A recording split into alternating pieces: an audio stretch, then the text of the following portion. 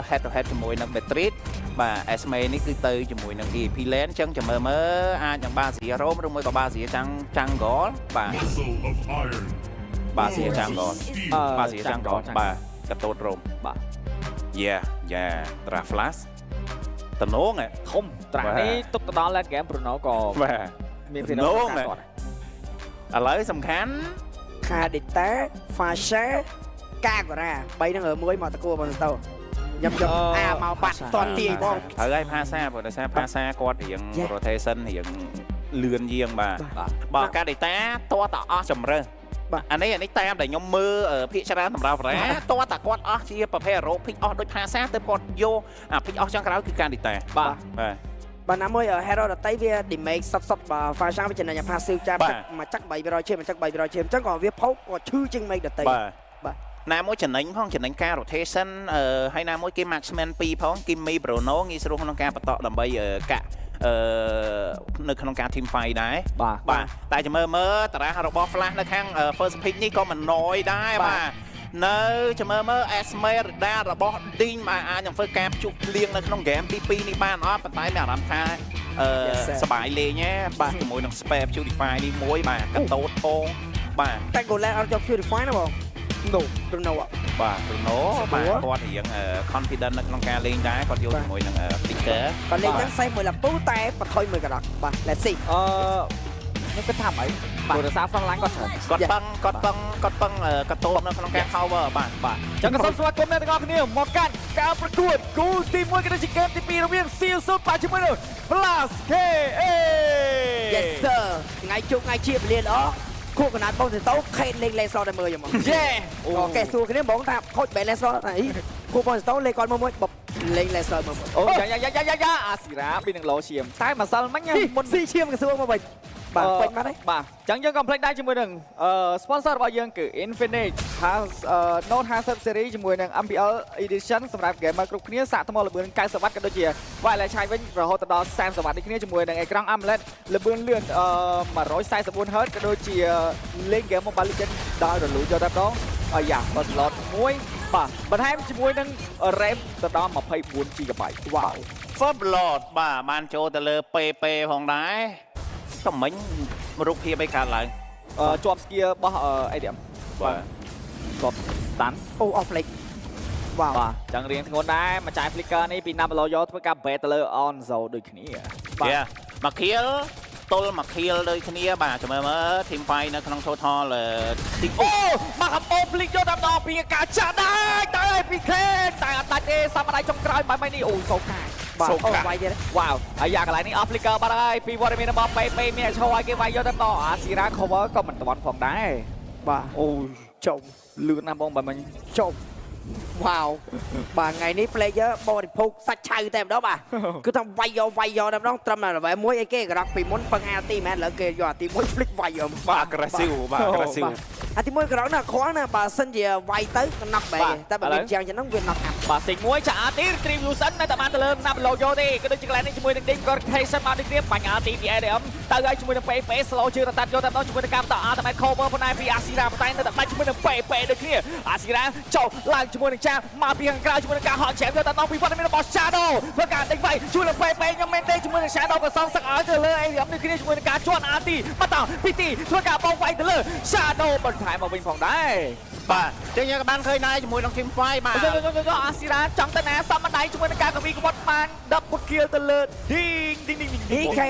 ខេនចូលបើក្រោមទៀតអីយ៉ាគាត់ចូលតន់ខ្ញុំគាត់ថាតន់យេតន់នោះវេបអត់ជំរឿមកគាត់ទទួលបានជាមួយនឹងសัตว์បៃច្រើនមែនព្រោះមិញខ្ញុំបានមើល flow farm គាត់មកជុំគាត់លួចបានបៃតងគេមួយសัตว์ច្រឡំមួយឥឡូវក៏ដូចជាបើកខំផងដែរបាទមិញខ្ញុំបានឃើញជាមួយនឹង first item ផង ATM បាទ Sky Fisher យកហ្មងបាទ first item បាទមកខៀលបាន3អាស៊ីបាទរៀងមានគួរសមដែរនៅ early បាទអូទៅហើយអាស៊ីរ៉ាអត់មានជាមួយនឹង flicker ធ្វើការចាប់ ultimate យកចេញពីទីជាប់យកតែម្ដងមានអារម្មណ៍ថា game 3 calling បាទសិង1សិង2អស់ retribution ពី Ken ប៉ុន្តែចាក់មិនត្រូវទេទៅលើ ATM បាទទៅវាយគ្នាបន្ថែមទៀតហើយជាមួយនឹង Ding load ultimate ទៅលើ Ken ដូចគ្នាយកបាន all rank bar មួយទៅបន្តការ farm ជាមួយនឹង all rank bar របស់ខ្លួនឯង Ding បាត់ហើយ game នេះបាទ Ding dong បាត់ហើយ3-0បាទ Esmeralda ពងថាអត់មាន hero ណារៀងមក ស្វ័យគាត់ផងបាទចាំមើលនៅក្នុងហ្គេមនេះឌីងនឹងក្លុកទីក្រុងហើយ ចាំមកផ្លេចអ្នកគ្នាជាមួយនឹងកញ្ចប់ MVB ដែលអ្នកគ្នាលេង Mobile Legends បានតាមចិត្តនឹងទទួលបានពេជ្រក្នុងកញ្ចប់តែមួយនោះគឺអ្នកគ្នាទទួលបាន235ពេជ្រឯណោះយូមែនតើអ្នកគ្នាក៏ទទួលបានជាមួយនឹងការភ្ជាប់តាមរយៈផ្កាយ1686ផ្កាយលេខ2ទ្រង់ជ្រូករួចចិត្តបញ្ជូនឬក៏តាមរយៈ Cell Card App បាទចឹងក៏បានឃើញដែរជាមួយនឹងនៅ early game បាទគឺសម្រាប់ team Flash KX គឺគាត់ធ្វើបានល្អខ្លាំងមែនទែនបាទដែលធ្វើការ lead ជាមួយនឹងចំនួនរោ1400ដែរយើងក៏មើល team fight នៅក្នុង total ទី2អូបាទឥឡូវមានការតេស្តថយកតែម្ដងប៉ុន្តែមើល map ទេចាក់អាទីយកតែម្ដងពី Ken តែ sync ខុសមួយបាត់ហើយបុកអាទីជាប់បាន2ប៉ុន្តែ ADM ធ្វើការចាយជាមួយនឹង Flicker ដើម្បីដកថយផងដែរកន្លែងនេះជាមួយនឹង Ding បើក map បានល្អខ្លាំងតែអានេះយកជាមួយនឹងថបានដែរទេខកកាត់ជាប់បើកអាទីពីអាស៊ីរ៉ាទៅកាន់តែជួយគាត់ទៅមានរបស់ទីយកតែម្ដងប៉ុន្តែជាមួយនឹង Ding មានការ Ding 3មួយទល់នឹង3យកតែម្ដងពី Ding រីវិវសិនទៅបានទៅលើណាប់យកទីគ្នាជាមួយនឹងការ Dream បាត់ថទី2ផងដែរពីខាង Flash KX អត់មានអ្នកវាយ Ding បាទអត់តាន់មាន damage វាយ Ding ទេបាទអញ្ចឹងត្រូវការចាំជាមួយនឹង damage បាទអាស៊ីរ៉ាបាច់3ដងបានទៅហើយនៅ early game បាទនោះអាមិនចេះ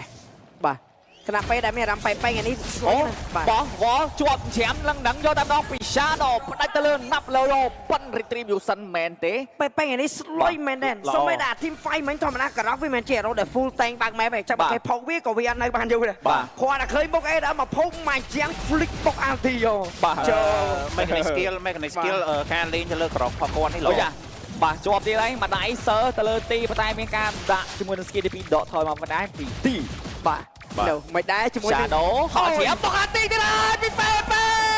ចាប់ពីរជាមួយនឹងការកាប់ចាប់យកទៅដល់ម្ដាយចុងក្រោយដាច់ទីដែរទេមានការបិទ map ជាមួយនឹងការអត់ឲ្យកៃស៊ីធ្វើការឈោទាត់ទេក៏ដូចជាកន្លែងនេះជាមួយនឹងការចូលទៅ invent time ទៀតប៉ុន្តែពីគាត់មានរបស់ Ken ផុស free Romer របស់ Season គ្រប់ season គឺសុទ្ធតែស្ដាច់កាចនិយាយមែនណាស្ដាច់កាចតាំងពីចំនួនអង្គលើយមកតាំងពីយើងស្គាល់ Boxy ហ៎បងបាទម៉ែថ្លៃបាទចូលប៉ែស្នងណៃយកមកណែអូនអ្នកមើល replay Boxy គេលេងចឹងពីបងលេងទៅចឹងហ្នឹងបាទឃើញមុខឡៃណាបុកឡៃហ្នឹងបាទនិយាយមែនក្របផកគាត់នេះបើសិនថាឥឡូវមើលរោមនៅក្នុង MBL អត់ទាន់មានថាណាគេដែលថាលេងមកដូចពេនិយាយមែនពេថ្ងៃនេះធ្វើឲ្យថាក្របគាត់នៅក្នុង MBL KX ស៊ីដាច់គេយកមកបាទឥឡូវបច្ចុប្បន្នគេឥឡូវមើលតែពីហ្គេមហ្នឹងបាទតែចិត្តក្រោកវាយបាទអានតដាចិនជាងឡាផាស៊ីវបាទបើក្រោកគេរតីឯងយើងវាយអស់ពាក់កណ្ដាលតែតចេញមកមួយ skill នោះបាទបែរមកក្បែរវាយមកហើយមើលតំណងវិញ one shot វាយម្នាក់ឯងហ្មងបាទឥឡូវបោះវល់ជាប់ជាមួយនឹងការចាក់ស៊ីងយកតែម្ដងពីខេនថក៏មានការ spawn មកវិញដូចគ្នាប៉ុណ្ណាបាទ total ទី3ចាំមើលបាទឥឡូវ CU0 ចាប់អូយធ្វើការបានពេរយកទៅជាមួយនឹងការកាប់ចាំលោតអាទី cover ពីទីដូចគ្នាកន្លែងនេះជាមួយនឹងពេដកថយបានដែរទេបណ្ដាចុងក្រោយជាមួយនឹងការខ្ទាត់បាទពីពេនៅតែដកថយបានដូចគ្នាប៉ុណ្ណេះយកមកជាមួយនឹង what មានរបស់ Shadow ធ្វើការកាប់ចាំទៅលើណាប់យកទៅមកជាមួយនឹង Ding ក៏ដេញទៅលើ Shadow យកទៅដល់តែ Shadow អត់បញ្ហាសម្រាប់គាត់ទេកន្លែងនេះជាមួយនឹងការ Sing ទៅពី Ken ខាងក្រោយចាក់អាទីយកតែម្ដងវាយទៅលើ Ding ក៏មិនឈឺដូចគ្នាអញ្ចឹងហ្គេមនេះជាមួយនឹង Tato ក៏មិនទាន់បានប៉ះមិនអ្នកមិនដៃដែរមានតដាចោះដាឡើងជាមួយនឹងការ cancel Tato ចោលបាត់ហើយអូយបាទមកក្បាច់មិញ Principle បាទសញ្ញាកងត្រាតឡើងប្រាក់ខែបាទអូយ Shadow ធ្វើការច្រាំយកតែម្ដងពី Ding បាត់ហើយយកមកជាមួយនឹងទីធ្វើការទួនមួយទៅលើពេប៉ុន្តែពេបោះវល់ទៀតហើយពេអញមានបញ្ហា Retribution តែមិនបានក៏ដូចជាបានទៅលើ Ding តែម្ដងជាមួយនឹងការយកថតទី3ពីវត្តមានរបស់ Flash KA 3ថតទល់នឹង0ពី Flash KA អូយវាយក្នុងផ្ទះ Ding វ៉ាវបាទ Ding អេស្ងរដាហ្គេមដេញវាយដល់ Turret ទី2របស់ Season បាទចាំមើលអនសូគាត់នឹងបៀលឲ្យធីមអីដើម្បីវាយជាមួយនឹង Ding បាននេះគ្នាពេលដែល Ding មាន Purify one shot គាត់គឺជារឿងមួយដែលពិបាកហើយរបស់គាត់តាន់ស្រាប់តែទៀតបាទមិញត្រីសងខាងតែបានផុសទៅលើអនសូបាទយើងក៏មិនដែរជាមួយនឹង Legend Cinema ផងដែរអ្នកនរគ្នាបើសិនជាចង់មើលទស្សនានឹងរោងភាពយន្តដែលមានរឿងល្អៗក៏ដូចជាកៅអីធំទូលាយក៏ដូចជាផាសុខភាពកុំភ្លេចជាមួយនឹង Legend Cinema បាទឥឡូវនេះមកខៀវទៅលើ Ding គឺជា topic ដ៏ធំសម្រាប់ CU0 shut down មួយនេះអាចនឹងបានលុយច្រើនហើយក៏ធ្វើ esme ក្រដូចគ្នា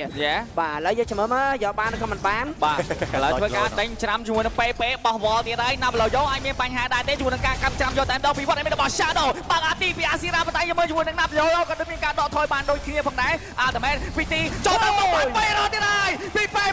មកកាប់ដែរជាមួយនឹងទីយកតែម្ដងពីវត្តមានរបស់អនសូបាច់ម្ដាយចុងក្រោយអានេះមានបញ្ហាទៅលើ Ding ដែរទេ Ding សាមដៃទៀត ទៀតមានការបាញ់អាល់ទីជាមួយនឹងការបើកប្រាស្គី cover PMDM ក៏ដូចជាមានការ one shot one kill shut down shut down ទៅលើជាមួយនឹង D1 ក៏ដូចជា Shadow ធ្វើការកម្មចាំយកទៅម្ដងទៅលើ Kaishi My G Purify មិនចុចមកតាហាមចុងក្រោយនៅតែរត់មិនរួចដូចគ្នាបាទក្រៅគាត់យកស្រឿតំណងណា បាទ បាទយកឲ្យឡើងមកតំណងយកហ្មង បាទវល់អាតម៉ែតពី Asira ក៏ដូចជាកន្លែងនេះយក Turret ទី1របស់ Team Flash KX បានហើយ និយាយមែនបើសិនជាហ្គេមនេះCU0 ឈ្នះ 2-0 មែនណា ចា សញ្ញាកុងត្រាឡើងប្រាក់ខែឲ្យពេពេហ្មងនិយាយមែនបាទហ្គេមនេះបើសិនជាឈ្នះគឺឈ្នះដោយសារពេពេទាំងអស់បាទបាទ អាកន្លែងបុក3មីតបុក3មកសុំងុំជាងមកប្លោះទូចេះបាទសិនយើង flick យឺតផ្ទុះមួយជាងមកបាទ flick លឿនពេកក៏អត់ផុតជាងដែរមក flick ចុះមកប្លោះហ្មងនិយាយទៅនៅក្នុងហ្គេមមួយនេះបើសិនជាចាញ់ហ្គេមចាញ់ឬមួយក៏ឈ្នះក៏ឃ្លីបពេអត់ក្រោម5ឃ្លីបទេនេះច្រើនខ្លាំងមែនតើមើលឲ្យថាំ Golan គោស្មើគ្នាទេប៉ុន្តែបើយើងមើលជាក់ស្ដែងសម្រាប់ KC គឺគាត់អត់ទាន់បានជួញនៅក្នុងការ team fight បានច្រើនប្រហែលទេបាទព្រោះដោយសារ KC ក៏ដូចជា Onzo រៀងលាក់ performance រៀងច្រើនដែរនៅក្នុង game មួយនេះបាទចាប់ផ្ដើមរៀង mid game ទៅហើយបាទអូចាំកន្លឹះដាច់2 level retry ដូចអូប៉ះ hero vaccine ណាមានអីជួយអា damage retry ទៀតបាទឡើងគាត់គ្មានបុក anti retry ទៀត retry ដូចមិនមែនជាជំរឿរបស់ Flash KX ទេ Flash KX ត្រូវតែបង្ខំវាយ team fight បាទវាយឈ្នះឬក៏មិនឈ្នះបាទចឹងទៅហើយ Shadow ធ្វើការបោះជាមួយនឹង Wall ជាប់ទៅលើ Ding អស់ RT បាត់ហើយគួរទៅធ្លាក់ជាមួយនឹង OPG ប៉ុន្តែ Beyond Soul ក្តែជាមួយនឹង Shadow ធ្វើការកាប់ Ultimate យកតែម្ដងដើម្បី aim ជាមួយនឹង skill មានការចាំយកតែម្ដងបុកវាយហើយពី Asira បុកបានមួយរកពីពេធ្វើការ knock out ទៅលើ MDM យកទៅម្ដងជាមួយនឹងការ load RT cover ប៉ុន្តែពីវត្តមាន RT ប៉ុន្តែជាមួយនឹង Shadow ក៏មានការ low ឈាមដកថយរះរ៉ាប៉ាល់មួយប៉ុន្តែ Beyond Soul ក៏ដី cover ជាមួយនឹង team ដល់គាត់ដូចគ្នាយើងមើលជាមួយនឹង Ken ក៏មានការវាយទៅលើ Ding ដូចគ្នា game នេះជាមួយនឹង Lord ក៏ការ reset ផងដែរបាទមួយពេកឯងមួយធ្វើការដេញច្រាមយកតែម្ដងទៅលើ Ding តែអត់បញ្ហាទេជាមួយនឹងការចាក់ស៊ីងចុះឡើងគ្រាន់តែដេញវត្តមានរបស់ Flash KX ចេញពី Lord តែប៉ុណ្ណោះបាទអស់ Ultimate 9 hero បាទវាយមកប្រើចាយអស់តែជាមួយនឹង skill ទេប៉ុន្តែអត់ដាច់ទៅលើសមាជិករៀងខ្លួនតែម្ដងបាទ goal earn គឺបានទៅលើ Ken បាទគឺ top 1តែម្ដងបាទ 6500 ក៏ដូចជា Shadow 6200 បាទហេខេននៅលើណាខេននៅលើណាអាយ៉ាខេនទៅគេខេនឃើញម៉ែខេនអ្នកមកតណាខេនបាទអាយ៉ាគេ fast ជាមួយនឹង Lord យកតែម្ដងពី Flash KX ពេឲ្យនឹង make play ដែរទេជាមួយនឹងពេតុកអាទីណកអាជាមួយនឹងការទៅលេ OPG ប៉ុន្តែ Tribute សិនបានទៅលើណាប់លេវយកមានការចាក់ស៊ីងយកតែម្ដងពី Ken មកមិនទាន់ទេជាមួយនឹង Lord មួយនេះ free ទៅ Flash KX ចាក់1ចាក់2 Ken អាចមានបញ្ហាដែរទេស៊ីងខំមួយបាទហើយក៏ដូចកន្លែងជាមួយនឹងការ shut down ទៅលើ Kaishi ផងដែរពីពេមកដៃខ្ទប់ជាងបាទអេឌីង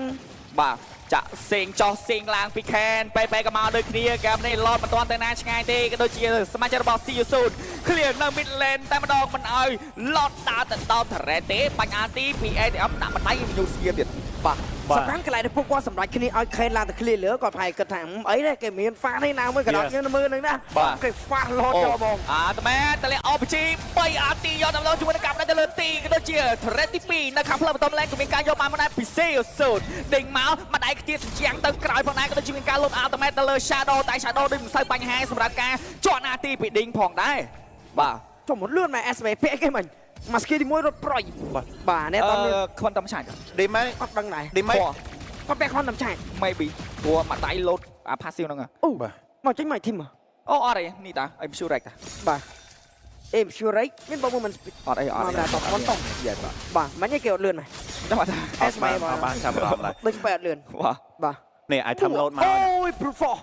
បាទនៅពេលដែលពេញ stake បាត់តិចនេះហ៎បងមាន moment ទី1ដោយសារតែហើយនឹងទី1ទៀត expanding យ៉ា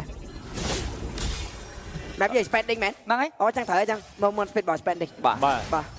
ចឹងណាផ្លាមីឡែនបើកមុខក៏ដូចមានការជន់ RT យកតែម្ដងពីពេបើកមុខពី Shadow តែលេ RT មកគ្រាប់ពី Asira ពីនឹងដាច់ទៅលើ Kaishi ផងដែរអូអាកន្លែងមិញគេសហនឹង scream គាត់ថាអូយមួយបេដូមក3 2 1មកបន្តមកស្និតចិត្តដាច់ហ្នឹងអូយបាទដល់កន្លែងនេះមកពីខាងក្រោយអាចមានការបុកចូលតែម្ដងផ្លេងពីខាងក្រោយចែក flicker ពី Onzo ចាប់ទៅលើ Asira ជាប់យកតែម្ដងជាមួយនឹង Asira ដកថយបានឬក៏បានជាមួយនឹងកាប់ទៅលើ Asira បុក RT បានបែរទៅពីពេរកកាប់ជាមួយនឹង AD បានដូចគ្នាជាមួយនឹង Shadow មានការកាប់ចាប់យកតែម្ដងពី Kaishi ចោលទៅណាបាក់គេទៅលើ Ken តែជាមួយនឹង Ding មានការប្រែទៅលើ Ken ដូចគ្នាក៏មានការដកថយទៅជាមួយនឹង Grab ផាល់មើលណែពីវត្តមានរបស់អនសូបាយទៅលើទីគាត់ជឿទេក៏ដូចជាកន្លែងនេះជាមួយនឹងវត្តមាន3ស្មើទល់នឹង3ក៏តែយកមកជាមួយនឹងដេងដូចជាតាំងខ្លាំងមែនតើ1ទល់3យកទៅដល់ពីវត្តមានរបស់ដេងបាទឥឡូវកំពុងតែរីងឌីងដងរីងឌីងដងពេញហ្នឹងខណៈពេលដែលអនសូវាយអត់ឈឺទេចាំមើលការបៀលគាត់បៀលមិនចាំវាយអេសមេឈឺ បាទណាមួយ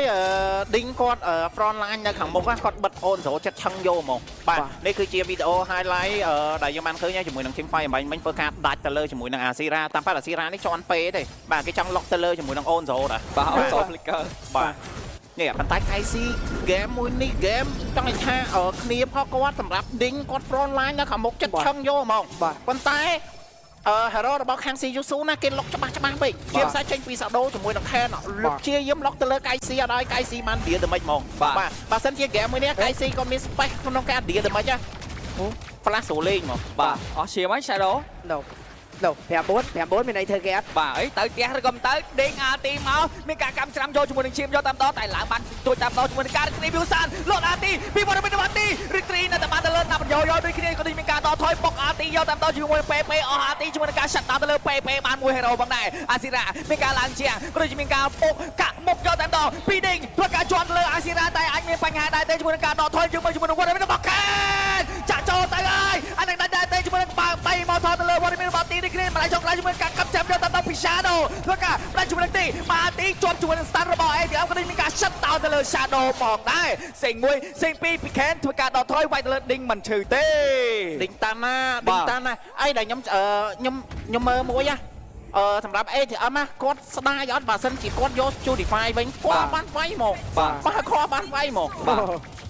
បាទចាំឡទៅហើយកន្លែងនេះអាស៊ីរ៉ាមានអាទីប៉ុន្តែអត់ទាន់ប្រើជាមួយនឹងអាល់តម៉េតរបស់គាត់ទេពេក៏ដល់មកជាមួយនឹងការបែក thread ទី3ផងដែរក៏ដូចជាការតម្លាក់ជាមួយនឹង RPG ដើម្បី clear ជាមួយនឹង Lord មួយនេះផងដែរបាន2 Lord ក៏ប៉ុតមែនប៉ុន្តែយកបានតែ T3 Terrain នៅ Midland បានតែមួយផ្លូវទេប៉ុន្តែចាប់ផ្ដើមបាន swing goal មកស្មើគ្នាវិញហើយសម្រាប់ KC ក៏មានជាមួយនឹង damage ដែរបាទបាន Talker ក៏ចាប់ផ្ដើមចូលទៅលើ KC ដែរបាទណាមួយចូលមកដល់ late game ហើយអញ្ចឹងយើងចាំមើលdamage របស់ Bruno ក៏ចាប់ផ្ដើមកាន់តែមានបាទអញ្ចឹង hero ដែលព្យាយាមចូលមកលុកជាមួយនឹង Bruno បើសិនជាគាត់មានជាមួយនឹង Winner Nature មួយក៏អាច hold ជាមួយនឹង Team Fight បានយូរព្រោះដោយសារប្រភេទដែលចូលមករកគាត់គឺដូចឡាពូហើយជាមួយនឹង Lancelot អញ្ចឹងចាំមើលមិញអាចធ្វើដូចជាអត់ទាន់ចេញជាមួយនឹង Winner Nature ទេណាបាទព្រោះដោយសារគាត់មិញចេញជាមួយនឹង Van Talker ណាបាទចាំរៀងស្ងប់ស្ងាត់បន្តិចហើយហ្គេមនេះមួយ fake admin មួយឆ្នាំ status Ken share status មកឡើយមួយ fake admin មួយចំគូនេះផ្អែមល្ហែមដាក់គ្នាដើម season ប៉ុន្តែវាយគ្នាដូចគុំគ្នាណាស់អញ្ចឹងបាទសង្គ្រាមត្រជាក់បាទលោកយើងហៅថាសំបាទធម្មតាដែរហ្នឹងបាទព្រៀបជាមួយនឹងការផ្អែមលើ status តែក្នុងទឹកដី Land of Dawn គឺថាវាយគ្នាដូចផ្ទះអត់តនេះ last item Winner Nature សម្រាប់កាយស៊ីបាទអូឌីងម្នាក់ឯងឌីងដាច់ឌីងបាត់ហើយប៉ុន្តែ Shadow អញមានបញ្ហាជាមួយនឹងការចាយ flicker លោតអាទីមកពេលពីពេមកកាប់បានតែពីអាស៊ីរ៉ាតែជួយនឹងឯងទៅបានផងដែរក៏ដូចកន្លែងមួយវត្តមានរបស់ទីអាទីដកថយសមដែរចុងក្រោយយកតំណណាប់ឡោយកក៏មាន immortal តែចាក់ស៊ី1ស៊ី2ស៊ី3ជាមួយនឹងវត្តមានរបស់ខេតតែវាយមិនដាច់ទៅលើទីទៅផងដែរអត់អីកើតមកតន់ឡតនេះកើតតន់បាទអូមិញបាត់ដាច់2សល់តែកាយស៊ីមួយបើសិនតែសល់តែ2នេះហើយសោះគេព្យាយាមបុកអែនទេបាទនេះគឺជា replay បាន map play ចេញពីពេទៀតហើយអូយបាទ180 clip បាត់ហើយបាទជាមួយនឹងអ្នកក្លាហានបង្គួយលីថងកែបាទឃើញបុកឡៃណាបុកឡៃហ្នឹងបាទជួបជាមួយនឹងកុមារាជួបបុកបាទវាធ្លាប់តែមានជួបវាយហើយជួបញ៉ែបាទដូចតែគួរជួបញ៉ែបាទដល់ពេលបែជួបបុកក្របនេះក្របពេលេងឡើងនេះលេងម្ដងនេះហើយលេងបានលេងទៀតហ្មងបាទដូច season មុនគេគួយបែនថៃគ្រាបាទឥឡូវគេគួយបែនក្រោមក្រោមសាហាវពេកហើយបាទអញ្ចឹងជាមួយនឹង Lord ក៏មានការ spawn មកដូចគ្នាពី Shadow បើមុខទៅលើវត្តមានរបស់ Team Flash តែ Ding គាត់ព្យាយាមឲ្យគាត់មាន Purify 15 cooldown second 15 second ប៉ុន្តែជាមួយនឹង Yusu វិញអត់ពឹងពេញ click នេះបែនឹង Shadow ពយូរពេកបាទអូពីដាច់ Ding មកហើយយកមកជាមួយនឹង Shadow បាក់អាទីមកក៏បានហើយរយកទៅជាមួយនឹងការជាប់ជើងទៅលើកាយស៊ីបាត់បង់អាពីចាក់1ចាក់2ពី Ken វាយឡូតឬក៏បុកទៀវាយឡូតឬក៏បុកទៀសួរខ្លួនឯងសបួរបើខ្ញុំរីកមិនបុកទៀបុកទៀអត់មានគោលលើអត់មាន ESP អត់មានតួអង្គសំខាន់ទាំងពីរនៅក្នុងរឿងនេះទៀតរបស់យើងតើ តែអបជេពី Shadow បើកមុខក៏ដូចជាកន្លែងនេះជាមួយនឹងវត្តមានរបស់មីនៀននៅផ្លូវមីនៀនមានការបាត់បង់យកតែម្ដងជាមួយនឹងការ fast clear ពី ATM អញមកចូលដែរទេតម្លាក់ជាមួយនឹង skill ក៏ដូចជាកន្លែងនេះជាមួយនឹង Turret ទី3ខាងលើផ្លូវ top lane យកបានបាត់ហើយពី C Yusu ថយយកឡតចលេងហ្នឹងព្រោះខ្ញុំកាញប្រំប្រៃចូលចលេងសោចបាទលើថយវាយឡូតឲ្យលឿនអាយ៉ាបើដៃយកមកជាមួយនឹង Napoleon ដូចជាបើកទៅជ្រៀងជ្រុលហើយគេចង់ fast ជាមួយនឹង Lord ឬក៏គេ bet តែបណ្ដោះបដៃសល់ជាមួយនឹង Mortal T អានេះមានការចូលបាទឬក៏មិនបានពី Napoleon តែអត់ចូលទេជាមួយនឹងការដកថយមកវិញផងដែរបាទឡូតនៅទៅលើ See you soon objective មែនគេបីថាថល2ឡូតយើងយកបាន1ឡូតអញញឹមយកបងបាទអូយ 4K កូលីតខ្ញុំមានអារម្មណ៍ថាហ្គេមទី2នេះ bad game សម្រាប់កៃស៊ីខ្ញុំមិនថា2 game 2 game ហ្មង bad game សម្រាប់កៃស៊ីយកហ្មងមានអារម្មណ៍ថាគាត់អត់បាន performance 100បន្ទុករបស់គាត់បាទ game damage មានហើយប៉ុន្តែបាញ់មិញគឺបើសិនជាចាយ flick ផុតក៏យើងមានកលៈនៅក្នុងការលេងដែរបាទអាច 4-5 អាចចូលទៅមួយគេបានគេអត់វាយឡតស្រួលទេបាទប៉ុន្តែ